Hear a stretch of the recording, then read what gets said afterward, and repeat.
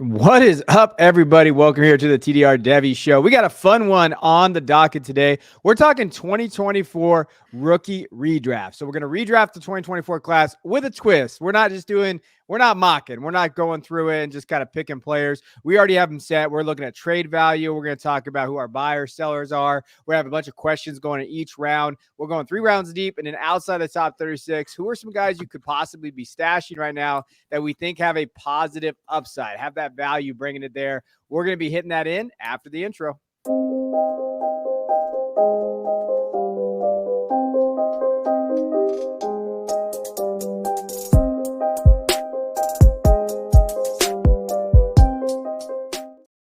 All right, so we're going to the round one in detail here, and we're going through it. And one thing that Jay did is he kind of combined values right now of all these guys. This is the 2024 values of where they're at right now. Now, we could have sat here and mocked through it, but in my opinion, this is a better use of our time of, okay, here are where these guys are getting valued now. So if you listen to this on the podcast, we have a bunch of different information up on the screen. If you're on YouTube, we appreciate you guys out there. So we have picks 101 through 104 here. So we have 101 Jaden Daniels. He's the Dynasty ranked QB1 right now overall. In May, he was at 104. At 102, we have Malik Neighbors. He's the Dynasty wide receiver 3. In May, he was at 103 in rookie drafts. At 103, we have Caleb Williams. He's right now QB7. In May, he was the 101, pretty much the consensus 101. And at 104, we have Brock Bowers, who is tied in one right now in Dynasty. And in May, he was the 107, which is probably – him and Daniel is probably the biggest risers of this group just from a dynasty perspective overall here. Now, the other thing I have is I have trades. We'll go through them. If you're on YouTube, you can kind of see what these guys are getting valued at in 12-team Superflex leagues here. But I think the big question off the top, just looking at it overall, how are we feeling between Jaden and Caleb Williams? Are we team Jaden over Caleb Williams, or how is that looking right now? Well, I mean, it's really interesting the way this is set up over this year. I mean, Jaden's been off to a really hot start. So, like in the near term, with what we've seen so far, it really has to be Jaden Daniels over Caleb Williams. If you look at it from a dynasty value perspective, if you're using Keep Trade Cut or Fantasy Calc or any of those calculators out there, and you're looking at value, there's a huge discrepancy in value between the two right now. So, Jaden Daniels, to get to Jaden Daniels using Caleb Williams, you have to include a 2025 early first just to trade for Jaden Daniels, even though, if you go back in May, Caleb Williams was going at 1.01 and you could barely use Jaden Daniels to get to Caleb Williams. It's sort of the reverse of this. Now you need that early 2025 first, which if you're following our show, you know that's sort of like an Ashton Genty or Tedero McMillan type of player to get from Caleb Williams to Jaden Daniels. So from a value perspective, it's really hard to go with anybody other than Jaden Daniels. Now, if you're looking at what we care about from a dynasty perspective is sort of how these players play out over the long term. Jaden Daniels might be hot right now, and Caleb Williams maybe in 3 years is really hot. And the players' values will increase and decrease over time. So we know that happens. If you go back to the prospect model and how I viewed these guys coming into this season, I had Caleb Williams and Drake May in my tier 1, and then I had Jaden Daniels and JJ McCarthy in my tier 2. So coming into this season, I would have said there's probably a higher probability that Williams works out versus Daniels. But right now, at some point, you can't rely on what your prospect model is. You have to just sort of rely on what they're doing in the NFL currently. That includes the coaching staff, the players around him, and then just how he's actually playing based on everything.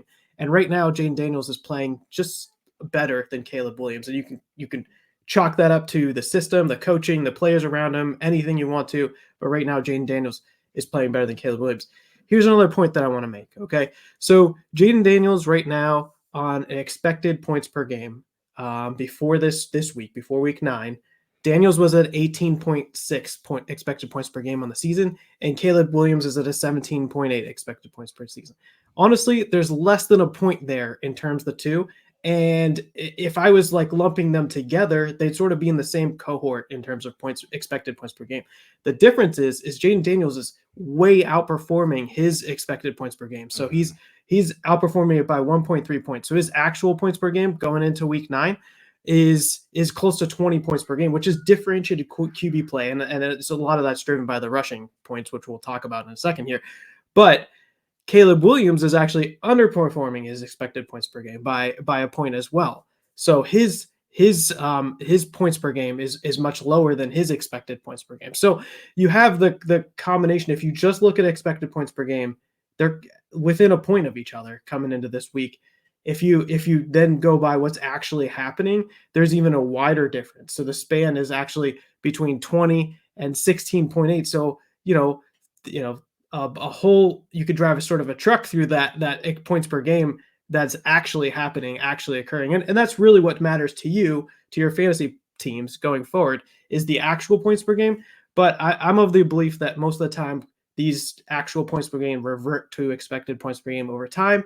And so you can actually make a case that they're sort of, on a fantasy perspective, performing fairly similarly. Now, this last week, this week 9, what we saw from the game, it's not that they might be on two different trajectories, even though their points per game are fairly similar. The other thing that I mentioned is Daniels is putting up Lamar Jackson level rushing production. And that is interesting. Lamar Jackson is one of the highest priced assets in all of fantasy football. And now Jaden Daniels is one of the highest priced assets in all fantasy football. So far, they're both in the low 80s for rushing attempts. Lamar Jackson has about 500 yards rushing, and Jaden Daniels has 460 yards rushing. Daniels has 4 rushing touchdowns. Lamar Jackson has 2 rushing touchdowns. That's a tremendous amount of production from a QB from a rushing perspective. Yeah, that's really the differentiator. And from a fantasy perspective, that makes all the difference, right? That makes all the difference. So right now, I got to go with Jaden Daniels from a value perspective, from what he offers you from a points per game perspective. It makes a lot of sense, even though if I was looking at the prospect model and if I'm going 5 years out, what it would tell me is probably 5 years, 10 years from now, Caleb Williams. But what we're seeing right now of Jaden Daniels, right now, you have to go with Jaden Daniels. Hey, right now matters, right? Like trying to think of, hey, how are these guys doing it? And I think the one thing I wanted to point out too, we're talking about value. We're talking about Jaden Daniels. What was he in the offseason? QB 14, 15, like when he first got drafted. That's kind of where, generally speaking, where people had him. I think some were higher, some were lower, but generally speaking in that range. Now he's QB 1. So you really got that value back already, because when you think of the trades out here, like Jaden Daniels for Gibbs and Anthony Richardson, Jaden Daniels for JJ, Brian Thomas in a first, like that is all deals that are basically built into him being QB1, where you wouldn't have got that when you got drafted. So biggest point is, like, you're seeing a huge value shift for him. Have you drafted Caleb, those deals are a little less now. Like that 101 was going for a lot. I mean, me and Jay talked about it when it was happening. We kind of did a lot of content on it. Like that 101 was going for a ton for Caleb Williams. So you are seeing kind of a depreciating value there, an asset. And we all know managers are fickle. Like they are very fickle right now. I mean, I saw someone talk about Caleb Williams as close to Bo Nix than Jaden Daniels is the Caleb, or however that works. And I think that is the reality of Dynasty, though. Like it's quick and everything in there. So I think you bring up a good point there. Now, real quick, I mean, people always talk about cornerstone rankings, and one day we'll get on that at some point. But, thinking of the quarterbacks, Jaden at 1, Josh Allen is ranked as Dynasty 2, Lamar at 3, CJ at 4, Jalen Hurts at 5, Love at 6, Caleb's there at 7, Burrow's at 8. Would you feel confident if Caleb is your QB1 right now? If he's your cornerstone on your Dynasty team, how confident are you on a scale from like 1 to 10? Given the state of the Chicago Bears organization and sort of what we've seen from that, I'm not very confident, honestly. Okay. I was confident in him as a prospect, but I think there probably needs to be some change in Caleb Williams' situation, I guess, with the Bears. Whether it's head coach, offensive coordinator, whatever I think there probably needs to be a change there. But Caleb Williams as a prospect, I was fairly confident in. I'm pretty confident, but we've seen organizations ruin players before, and my hope is that that's not the case here. My hope is that we figure it out and we get going. But if there's anybody that could get through something like that, maybe it is Caleb Williams, because he was fairly high in my prospect model. So I was pretty confident as a quarterback. So 1 to 10, how confident? 6. Okay. but I'm that's not exciting to me. I wish it was a lot higher. Probably coming into the season, it was a lot higher. All right. And it's come offense since then. Yeah, I mean, I think I cannot believe we're sitting here saying the Commanders are better suited to build around their franchise quarterback than the Bears. This is where we're at. New ownership changes a lot of things. I think the Bears could be looking for a new coach pretty soon, based on how this week played out as well. Last week, it just seems like he's kind of losing that team. Now you're looking at a new offense coming in. Like, there's a lot of things to think about with Caleb, where Jaden is pretty set in stone where you have him there. Now, we're going to talk about this guy anyway. So I wanted to go through the next 4 picks here in round 1 based on where they're getting valued. At 105, we have Marvin Harrison Jr., who up and down years so far in the league. I think that, we like him a lot. Obviously, we've been fans of his, but, when you're thinking of kind of a bookmark tweet that I had today from Ryan McDowell, he's from DLF, Dynasty League Football. Marvin Harrison Jr. has as many games outside of the top 100 as he has inside the top 18 for weekly scorers. That's kind of season he's had. Now, he's at wide receiver 7 right now. May ADP, he was at 102, though. He was the smash 102. I mean, that's where he is. But some trades caught my eye. Like Marvin Harrison Jr. straight up for Nico Collins is going on.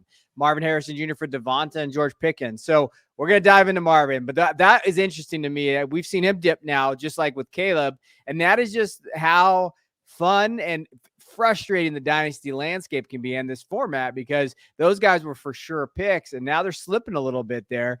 Brian Thomas Jr. at 106, his dynasty wide receiver ranking is wide receiver 9. In May, he was at 109, so he improved his value as well. Drake May at 107, QB 13 in dynasty. 105 was his May ADP. And in 108, we have Rome Odunze. He is at wide receiver 18 at 106. So you see the tier. The tier happens at 107 to 108, that value tier of like what we're talking about with dynasty values and overall dynasty values there. But before we get into Brian and Drake and Rome and those guys, where are you at? Where are we at with Malik versus Marvin Harrison Jr.? Like, because I think with Malik being ranked higher, we see him with the Giants. That QB situation is anything but good. Like when you're thinking of Daniel Jones, they're going to have to move on. What does that look like? It seems like Marvin has the better spot. He has Kyler Murray. He has the better landing spot, but he's not producing. So we're getting that weird territory again, where we always argue about talent versus not producing and value there. Where are you leaning with these two guys? Yeah, I think this is a very similar argument to Caleb versus Jaden Daniels versus how they were valued preseason to now how they're valued now. Yeah.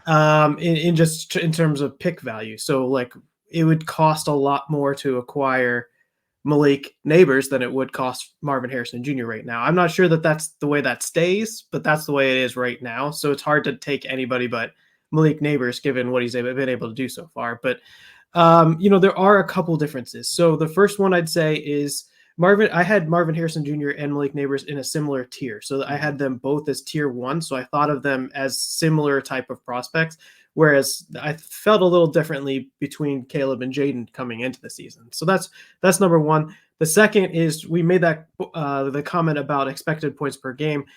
So far this season, Jaden Daniels and Caleb Williams might have been somewhat close here coming into week 9.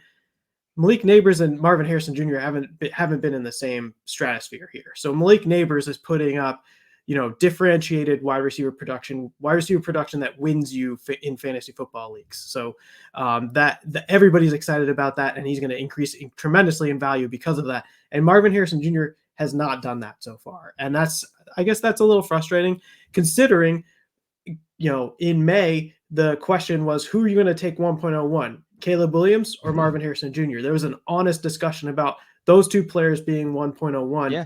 Malik Neighbors and Jaden Daniels and Rome Odunze and Drake May and all those guys, that was a secondary argument. It was Marvin Harrison Jr. versus Caleb Williams, and it hasn't played out that way this season so far, at least. But these guys are the similar tier. I do think that the connection develops with Kyler Murray over time.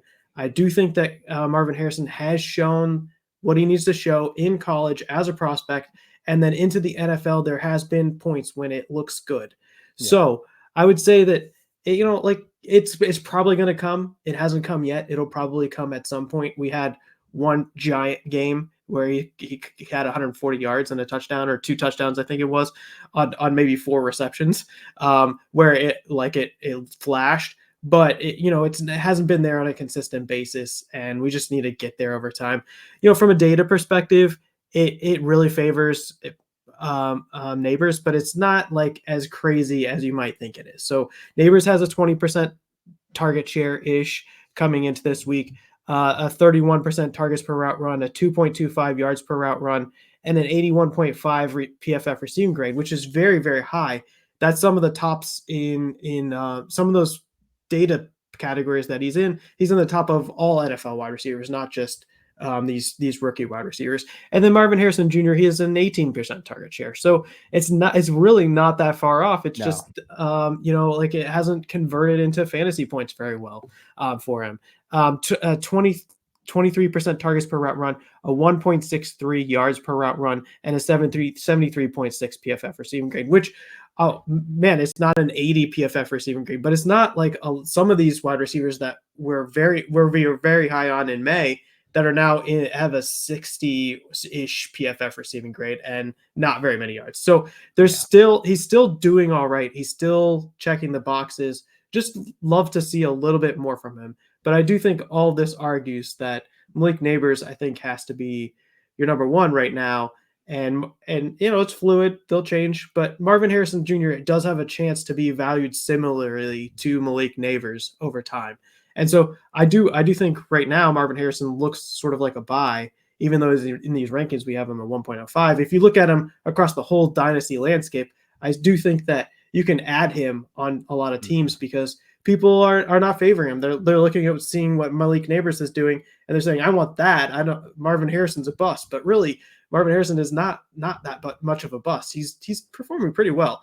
But we do need to see a little bit more from him, I do think. And there's a lot of categories that I'd love to see a little bit more better. But really what needs to happen is the connection needs to develop with Kyler Murray, and they just need to start producing fantasy points really at a much more consistent basis. Yeah, no, 100%. And I think, when you're going through fantasy points as data, looking at first read shares, I think that's why Malik kind of bumped up a little bit. He has 67 first read, basically targets, whereas Marvin Harrison Jr. is down there at 42, still top 30, but not as like, oh my gosh, hey, they're trying to get him the ball. I think that's one other thing too, because when you look at the numbers, when we put that up on our sheet, I was like, hey man, I would expect the Neighbors target share to be much higher than Marvin Harrison Jr. just based on what I hear, just based on like that quantitative, like, oh, he's getting all the targets he's trying to earn there. I'm still a Marvin Harrison Jr. wide receiver one guy. So like, I'm still in that category.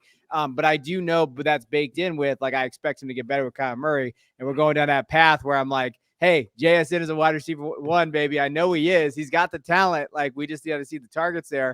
I think the only difference is Marvin Harrison Jr.'s got no one there. I think Marvin Harrison Jr. can ascend to that.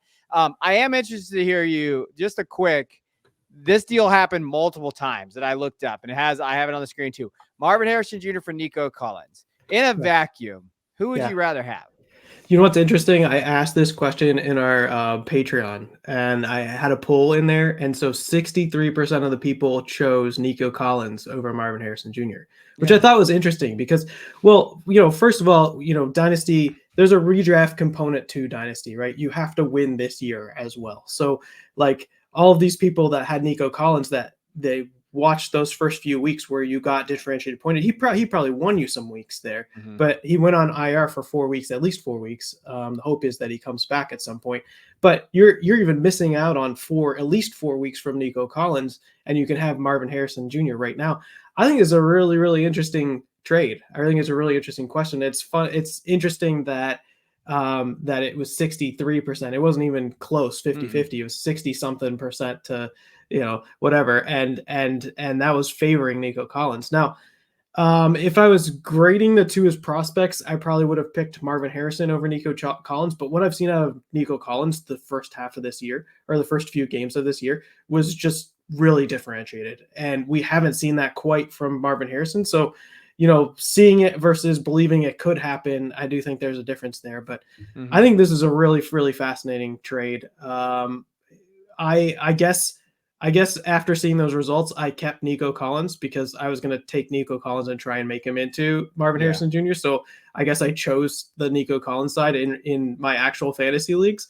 But I really do think it's an interesting trade, what I try and do is I try to trade somebody else for Marvin Harrison instead of Nico Collins, because I honestly really want to keep Nico Collins given what he's done. So it's hard because I love what he's done with Stroud, right? And you see what Stroud's struggling right now without him, and you're looking at it like, and I cannot believe I'm saying this because I love Marvin Harrison Jr. I don't think I could do that deal straight up. Now, if I can get Marvin Harrison Jr. plus something on the flip end, I'll do that. Yeah. Like if that's, I just think they're so close in rankings. I don't know if that's possible out there in dynasty leagues, but if you can get a second, if you can get something back, some type of piece back, or if you're in a Devy league and try to get something back on the college side, I would do that. But in a vacuum, I think I want Nico too right now. Now that might look stupid next year, but I do think that when that's the name of the game. That's just what we're doing here. But I do think I'm sitting there. I'm like, man, I think I lean Nico straight up in a vacuum there. All right, let's round out the rest, and then we'll talk about all these guys. We can kind of catch up on anything in the first round.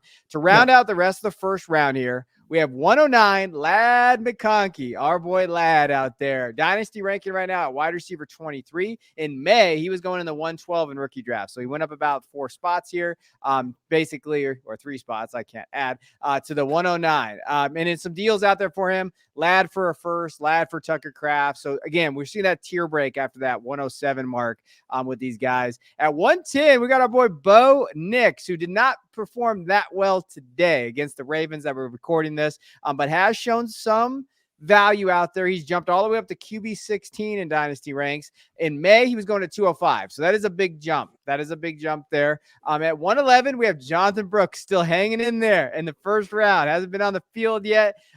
Running back 12 actually in dynasty ranking, which I had to double check a couple times, but he's just sitting there. And I think it's just because of the value. Like they're looking at him like, hey, I think he still can be good. I mean, he's really sitting there in between Chris McCaffrey and David Montgomery, just behind Derrick Henry. And really that's just based on he's a perfect just test subject for dynasty value and hasn't get out there. Because you and me both know if he goes out next week and has like a 10 for 40 clunker, that dude is dropping. Like it's just going to drop down, and it's just going to be funny how that happens.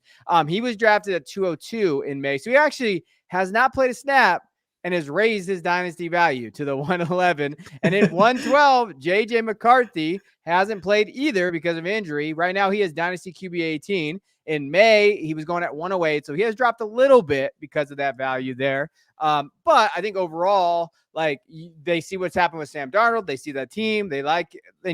We always knew the system was perfect for him. So to me, it's like, yeah, that makes sense in there. I know that one of the questions I had was who's your biggest buy? I know you're going to talk about JJ. So why don't we just go there? Of this list, based on this, why do you think JJ was one of your biggest buys there?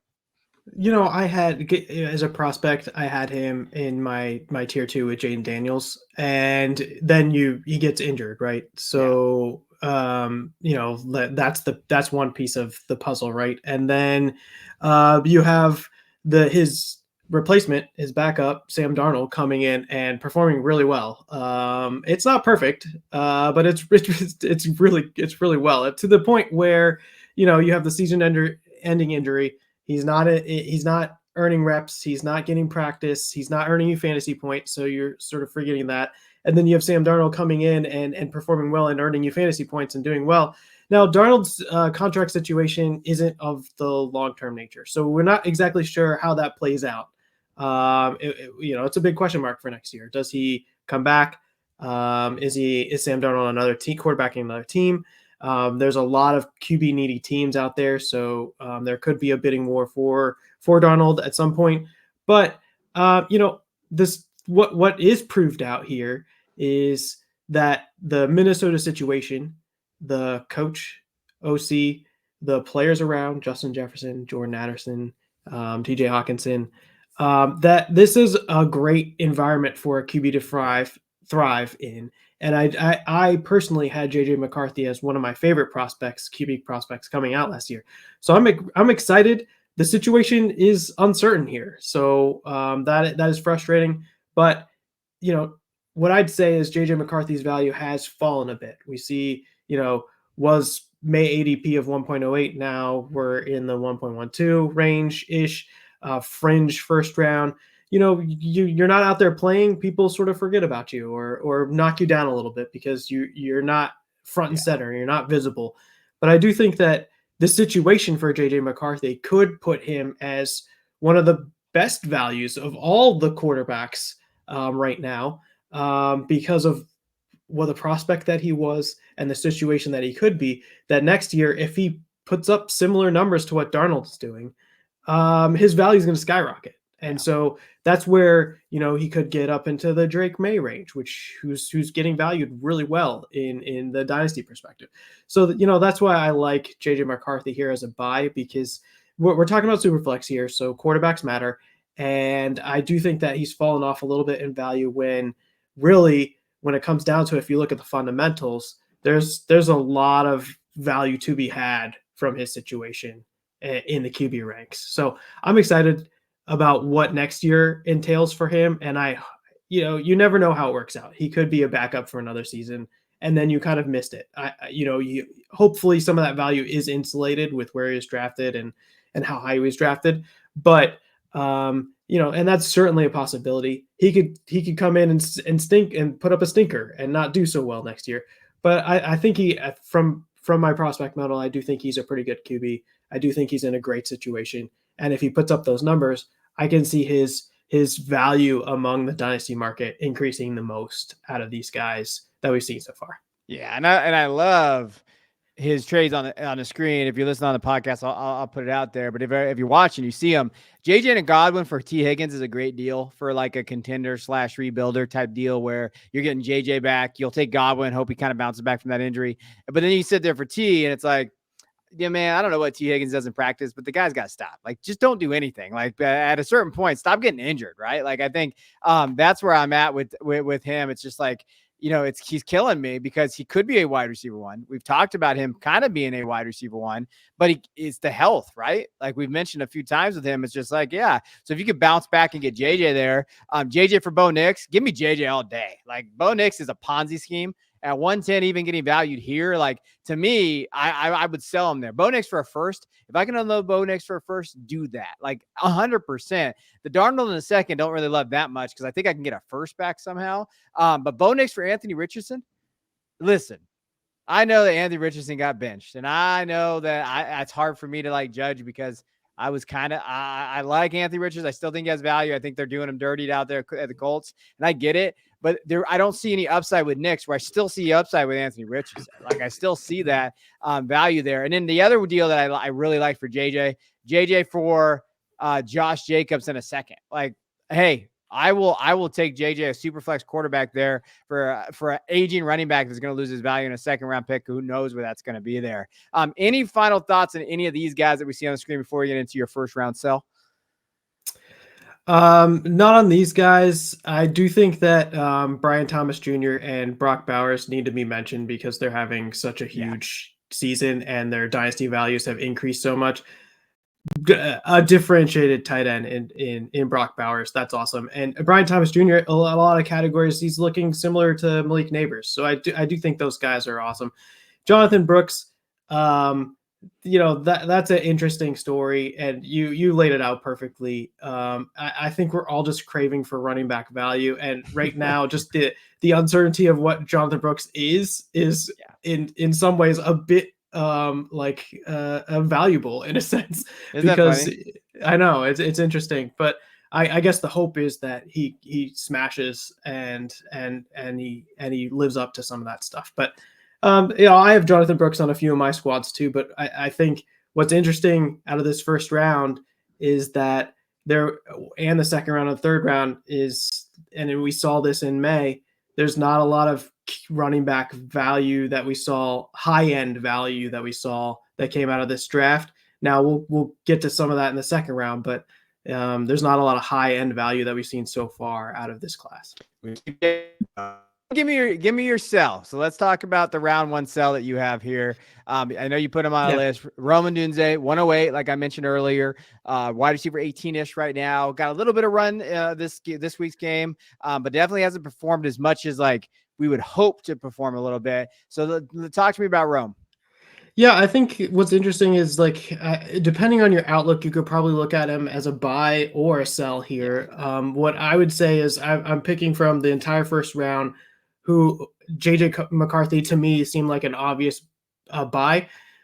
The sell was a little bit harder for me to figure out. I think there could have been a couple of guys. the guys that I zeroed in were Odunze, McConkey, and Nix. McConkey has been performing a little bit better than Rome Odunze so far this season, which is interesting, and I'll mention that. But Nix and his superflex value as a QB is, I think, what overwhelmed why I chose to sell Rome Odunze over those three. Was just sort of the positional value that you have from Nix. But what's interesting is all three of those guys are of a similar price range. So you can kind of get the same thing for all three of those guys if you go out to Keep Trade Cut or Fantasy Calc if you're out there looking at there. So I thought that was interesting. My point on Rome and he had a good game tonight, this evening on Sunday this week in week 9. Where he went for over 100 yards. But so before that, on the season, he only had a 13% target share, 14% targets per route run, a 1.16 yards per route run, and his PFF receiving grade was a 63.7. For somebody that was taken so high in the first round, I do feel that is disappointing. I do think that the expectations coming into the season was rookie quarterback, and then you have DJ Moore and Keenan Allen on the team. Those are guys going to be the eat most of it. And so there was a little bit of tempered expectations coming into this season. But what I'd say is I'm not sure that he's even living up to some of those tempered expectations. Now that all could change, right? Keenan Allen leaves. He becomes the wide receiver too. They have a new offensive coordinator. Things turn around and get changed. And I do think that happens. And of all three of those guys, I do think Rome has the most insulated value just based on where he was taken in the draft. That high in the draft makes him appealing from a value insulation. So do I think his value a year from now is going to be too much different than what it is right now? Probably not. It will probably be fairly similar. But what I do think you can do is trade a guy that right now for Rome that can give you a setup for the future, maybe give you fantasy points now, but also put you in a better situation for the next couple years with Rome. And, the point here is that not only, I got to pick somebody to sell, right? So I don't necessarily dislike Rome.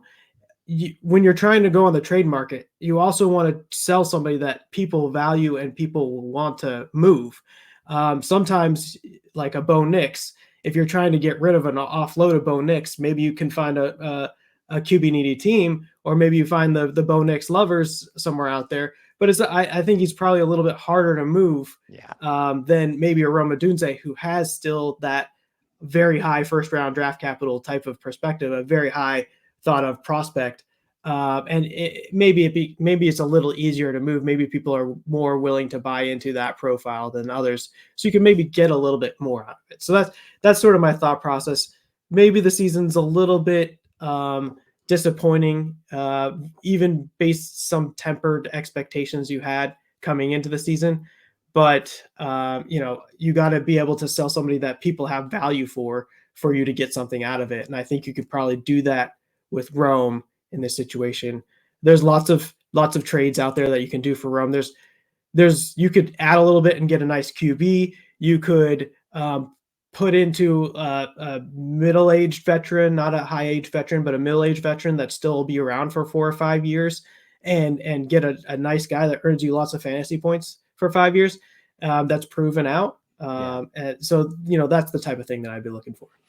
I think you're right on the head. I mean, I would take Rashee Rice. I think I like Rashee a lot. I know he's injured, banged up there, but I do think 2 years for Rashee over 2 years for Rome. I'd have a hard time believing that Rashee doesn't outscore Rome in the next 2 seasons if they're both healthy, right? Like I do think that. The guy, I love that you said too about the Bo Nix thing. Like I know I joked earlier, like sell him if you can. You always have to have something to buy, and like I think sometimes you get into this like But everybody, the way we're thinking about Bo Nix, everybody else is thinking like, oh, this thing is not solid. Right.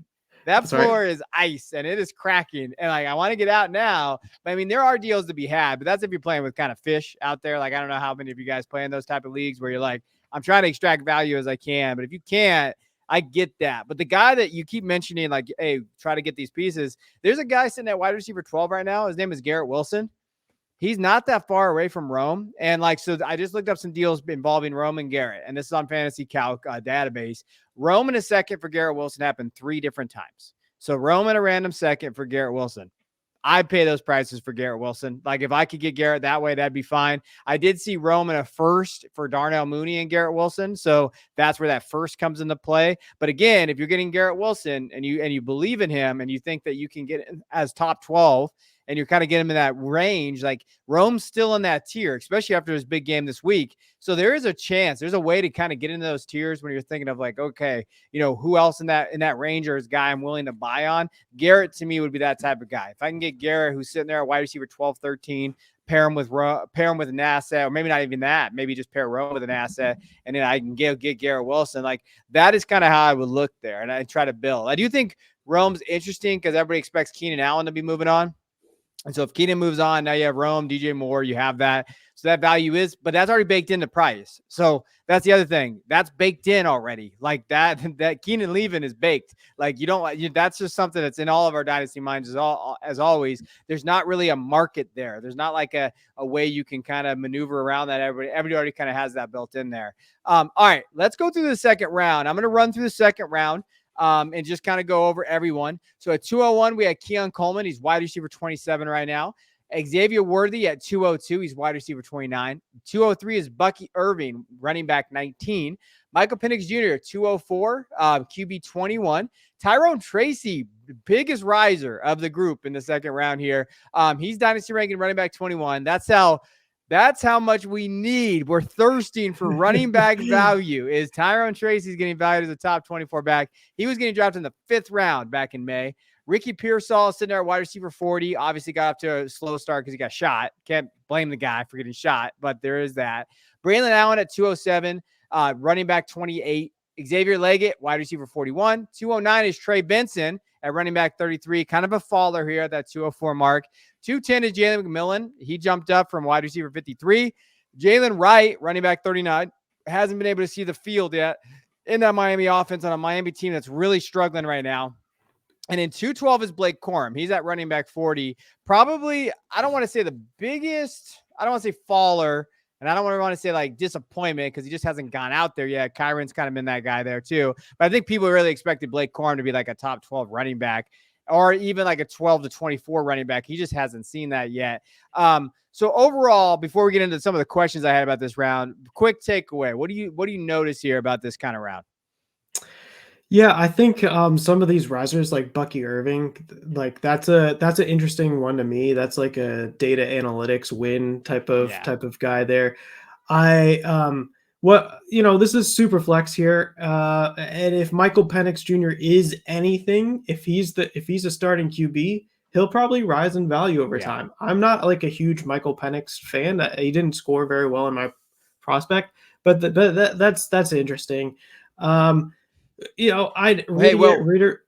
I will say about this, I know you're diving into it. I don't want to cut you off, but I do think what I think will happen is Michael Penix Jr. and Bo Nix's value is going to flip flop. Like I can see Bo's falling back in the mid-second. I can see Michael easily being at 110, right? Like I can see him. I don't see him going above that, but I do see him in that range where you're like, yeah. So if you're looking at from like a standpoint of where is Michael Penix Jr. for you, I think he's a buy based on this. If he can get out there, obviously Kirk playing well, so you're gonna have to wait and stay there. But I think when he does get out there, if he is anything, he's gonna be around that 110 mark. Yeah, that'd be interesting. So if he does take over that starting QB position at some point down the line. So what I'd say here is, even though there's a lot of like contingent running back value here, the running backs it feels like are all like interesting at this point, but it's all contingent running back pieces. And what I noticed about the wide receivers is there's a lot of wide receivers, and we're going to get into the third round here. There's a lot of wide receivers that have really fallen off here. Yeah. Some guys that there was a lot of potential for, which is frustrating as well. So those are two observations. Well, let's talk about one of them, Xavier Worthy. He was at 110 in May. Now he's down over here at the 202. But like you talked about, there's been flashes, right? There's been flashes of talent. We've seen that there. But with Marquise Brown getting injured, with Rashee Rice getting injured, and just sitting there like, hey, the guy should be Xavier Worthy. I think that worries you a little bit, right? Like when you're thinking of like, that's kind of worrisome that what's happening here. Kelsey's kind of on his last leg ish. I know he's still playing well, but there is that when Juju Smith-Schuster comes in and has over 100 yards, you're like, what the hell is going on here? Why is Xavier Worthy not producing there? What are we doing with this guy? Are we buying? Are we selling? Are we holding? Are we nervous? Where are we at with Xavier?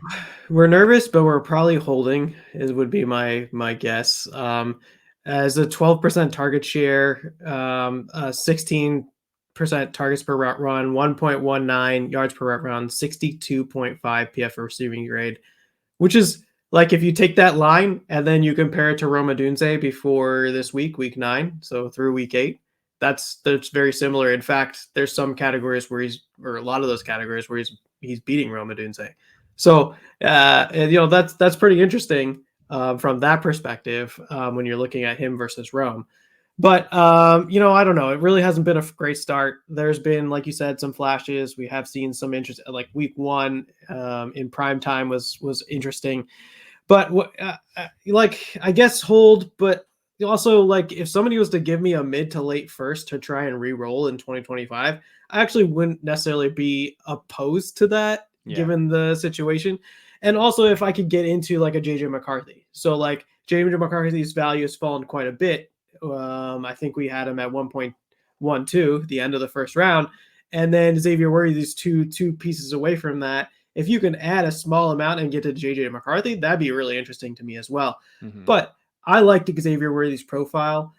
There were some limiting factors. I doubt that he's a consistent wide receiver 1 for 5+ years, but I do think that he could get into that wide receiver 2 category, and that's fine. There's a perfectly good value. There's lots of wide receivers that are wide receiver 2s that get valued very well in Dynasty, so that there is some value to that. And you might want to hold on to that, especially with Patrick Mahomes. I do think I just added Patrick Mahomes to my Dynasty buy list. I think that this has been a disappointing first half of the season. Even last year was a bit disappointing from a fantasy points per game perspective, but I do think at some point it bounces back. The Chiefs are an interesting team. They are, they have their sights set on championships, right? And it doesn't necessarily always equate to fantasy performance, except for maybe Travis Kelce over time. You can make that case, but the wide receivers have changed around a lot.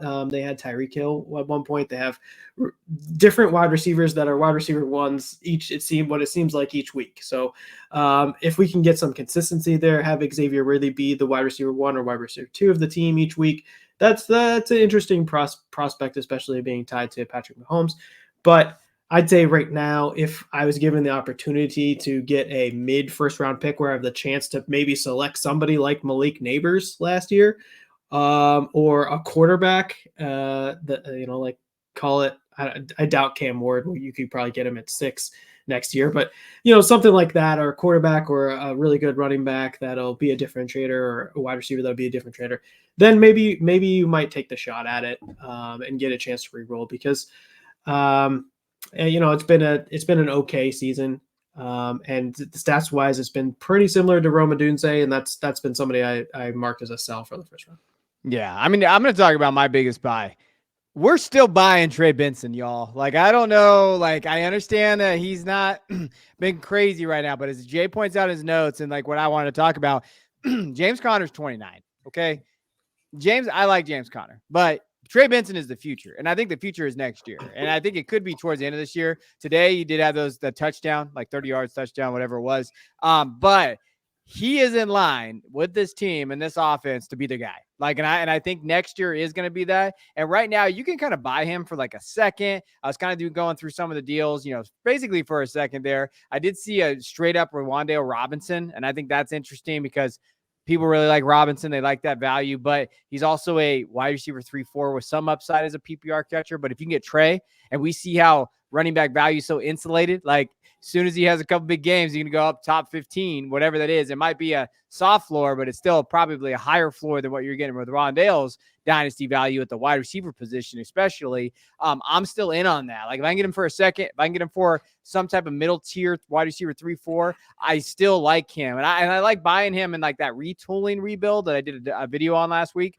Like that idea of like, hey, I know this year, I don't know if the production is going to be right there, but I think next year is that there's that time, and I think that value is going to be there. So give me Trey Benson as a buy. I absolutely love that he's sitting there at 209 because I do think that he has value moving forward. And I don't think everybody believes in Trey Benson either. So he's not one of those guys like everybody's going to say is a buy. I do think there's some people going to jump off that ship, and if they're going to jump off the ship, I'll catch him and I'll take that. I'll take that value. Yeah, I mean, it's interesting if you just juxtapose Trey Benson's situation with Blake Corum's situation, right? So Trey Benson is behind James Conner, who's having a great season, but he's 29 years old, and the torch has to be passed at some point. And you figure maybe next year, hopefully, probably next year for Trey Benson holders or buyers, whatever.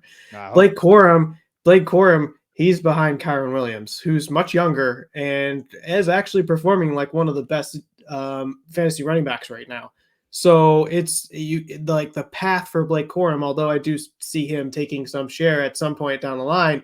And but it really feels like it's almost insurmountable at this point from what Kyron Williams is doing on the field, unless you have some sort of injury. It's going to be tough for Blake Corum to eat into there. Where Trey Benson, maybe you start seeing the opportunities by the end of the season, or even sooner. Given this last game, he had 8 attempts for 36 yards and a touchdown. The second highest on the team, and sort of chipping away at some of James Conner's carries. You can write the game script however you want, but that's what starting to increase those attempts for him. So that's an interesting position for between the two, Trey Benson and Blake Corum. The value's coming. It's coming. Just buy it, baby. I'm in. I'm on the train. I'm on the Trey Benson train there. We'll be quick on this one because we got to wrap this up. But Tyrone Tracy, if you can get it first, you sell him, right? Like that. That's just how many times have we pulled 5th round running backs with some production, and we're like, oh, he's our next guy, and then he's not the next guy. Like so, if you can get a first, I would even say if you re-roll as a second, based on 5th round value. I don't hate that. I really don't. I think down the stretch, if you want to ride him out and try to go win your league, I get it. But anywhere, if you're middle to not contending, I would try to flip off that boat as fast as I can.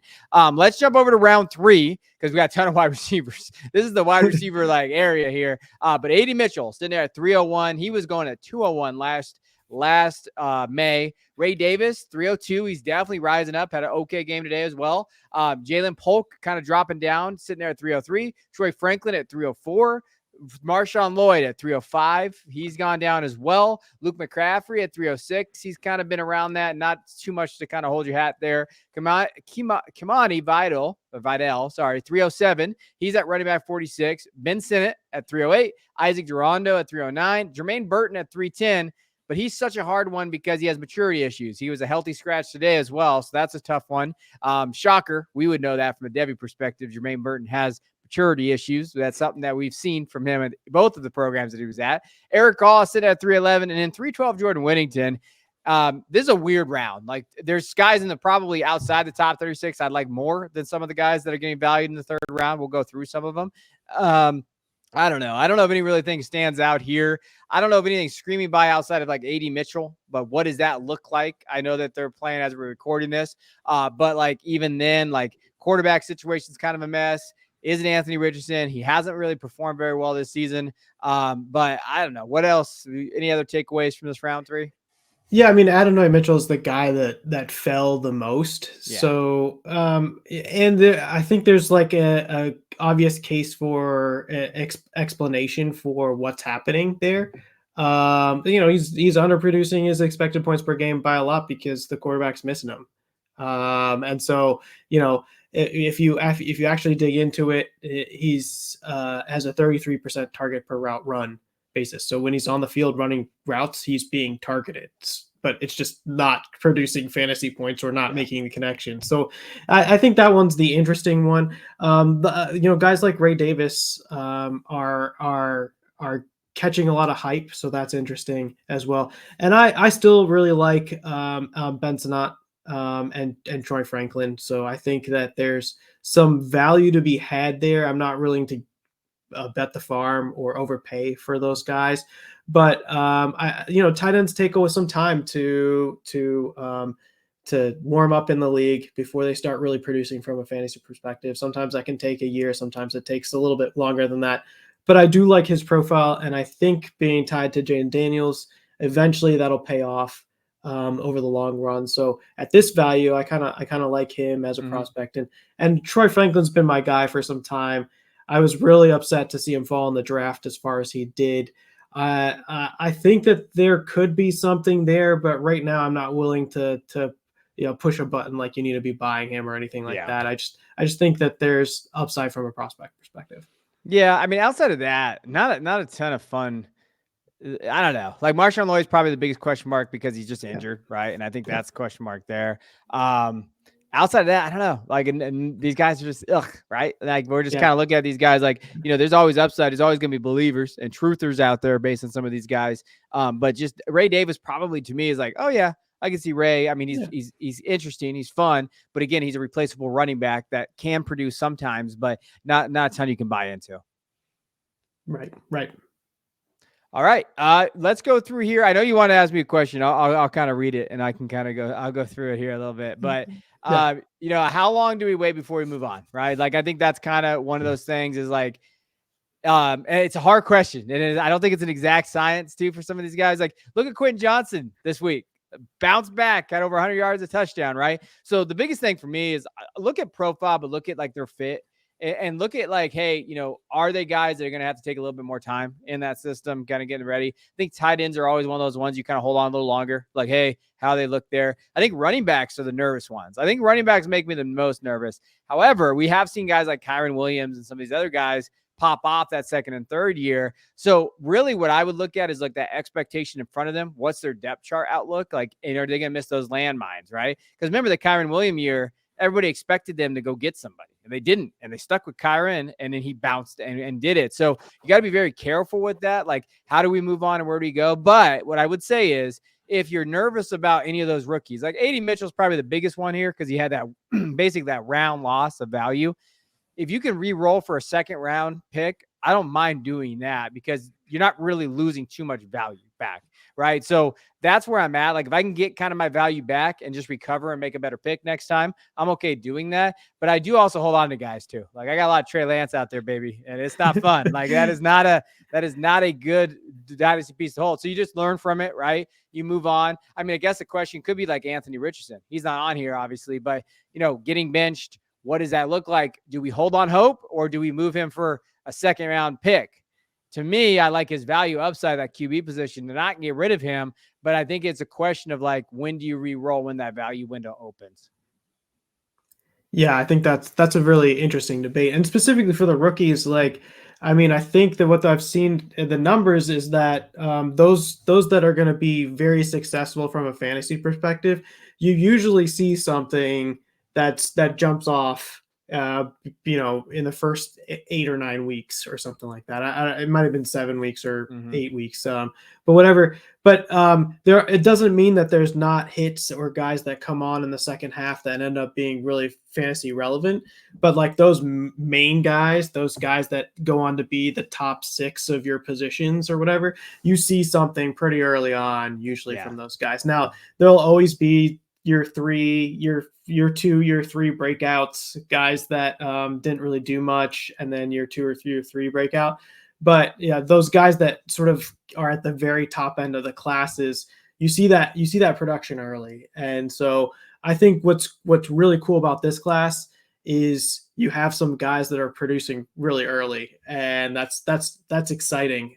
Some really good wide receivers, the best tight end in Dynasty right now, and one of the better couple of really good quarterbacks and one of the better quarterbacks in Dynasty right now. So this is a really, really good class from a very high value perspective. We're adding a lot of guys to those from this class to those like very top end of each of the positional rankings. Yeah, I mean, that is also a good way to look at it too. We have 2 top 8 quarterbacks Dynasty wise. You have the tight end 1 overall, which is by clear number 1 overall. You have 2 wide receivers, right? Marvin Harrison Jr.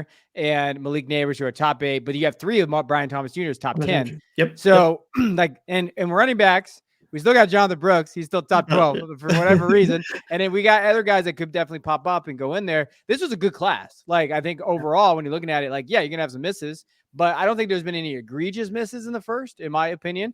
We've seen production. We've seen that. And if guys kind of pop off, Xavier and some of these other guys come out, not a ton of misses in that first round, which is kind of different because we've seen definitely misses before, right? We've seen the Treylon Burks and those things. I don't know if we have that as much right now, right? And even the guys like Bo Nix, like win that second round, they've increased their value as well. You're always going to have those guys that fall because of just the value or just because maybe they're not performing. A.D. Mitchell, maybe that offense doesn't look great. Troy Franklin, just didn't have the draft cap we like to see, was still getting drafted based on his landing spot. We've seen him kind of produce, though.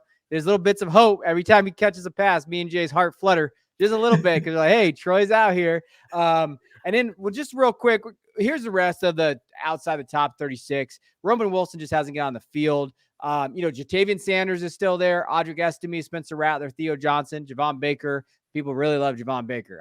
He's got some truthers out there that scare you out there. Bub Means, Shipley, Coker was huge. Big Jalen Coker. He's supposed to have a great game. He had 2 catches, 36 yards today. Malachi Corley's still there. Jacob Cowing, Devon LaVale, Malik Washington, Cade Stover. I think the big thing is a lot of wide receivers, and those are always worrisome because we fill that crop there. I do like Jatavian Sanders, though. Like, I think there's something there with Jatavian Sanders that maybe I missed last year. I think he's a very porous blocker. I still don't think he's a very good blocker, and I think that hurts him based on reps and snaps, but I do think he's a good receiver. So to me, I like Jatavian, and I don't know what to do with Roman as I'm wearing my Roman sweater right now. Like, I think that he could be good, but he's got to get on the field, right? So like, I think there's something there going on there, but if I could buy low in any of these guys, I think Jatavian, to me, especially in tight end premium, he's a sneaky buy low right now based on his value. Yeah, I like that one. He had a good game today, so that's added to the list of things. But I think what's really hard in Carolina, without great QB play, it's hard to tell which one of these guys, these assets. There's a lot of young, unproven stuff in Carolina right now, so it's hard to really tell who's going to be good and who's not going to be good, given how the offense has looked and how the quarterbacks played over time. But if you start to see improvement there and you start to see them key in on a Jatavian Sanders, then that's exciting. Some of these guys are going to be valued something, whether it's a Coker, Jatavian Sanders, Leggett, something like that. Some of these guys are going to have some value if you start getting some decent play out of that Carolina field. Yeah, no, 100%. All right. Well, that's the mock. We went through the 2024 rookie redraft, kind of going through there. Hope the values and the trades kind of helped you there. But again, this is a very good class. Like, I do think there's a value there. Couldn't talk about every player, but we will continue to talk about these guys, kind of go over our rankings, talk about values. Drop them in the comments, though. I love sending you that. And any analytical questions you have, if you drop them, I text them to Jay, and then he texts me back the answer, and I drop them. They do not come from me. They come from Jay because I can't answer those things, but he will answer them as well. We'll kind of dive into these. Any trade questions you have, values. That's why we're here. We just like to have fun here, talk with the Dynasty, and try to help you win your leagues. That's the goal. So we appreciate you guys. Next week, we'll be back. I think we're going to drop another rankings video. We're going to be looking at the 2027 class, the freshman class. That's a lot of fun out here. The wide receivers are a lot of fun. We're going to be able to talk about them, kind of show you where we're at with them right now. So we appreciate you guys. We'll check you guys in the next episode.